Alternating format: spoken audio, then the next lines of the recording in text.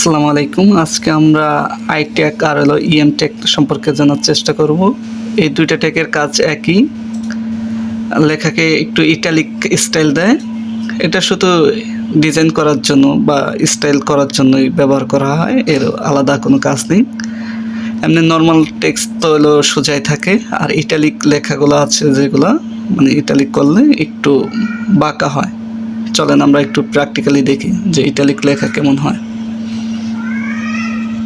তো এই যে আমি পি ট্যাগের মধ্যে হ্যালো লিখছি, তো এটা যদি রান করাই তাহলে লেখাটা নর্মাল টেক্সটেই আসার কথা। দেন আমি ইটালিক ইএম ভারত বাংলাদেশ তো রান করার পরে দেখতেছি হ্যালো যে লেখাটা আসছে এটা নর্মাল টেক্সটেই আসছে। তো এখন আমি আরও দুইটা হ্যালো লিখবো, একটা হলো ইএম ট্যাগের মধ্যে আর একটা হলো আই ট্যাগের ভিতরে। দেখি ওইটা ইটালিক হওয়ার কথা, মানে একটু বাঁকা হওয়ার কথা, দেখি হয় কিনা। তো এখন আমি এই যে আই ট্যাগ আর হলো ইএম ট্যাগের মধ্যে আরও দুইটা হ্যালো লিখেছি, দেখি এটা রান করলে কি হয়।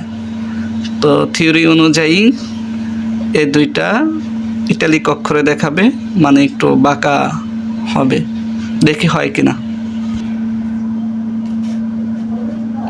এই দেখেন, এই যে একটা হ্যালো আর এই যে একটা হ্যালো একটু বাঁকা,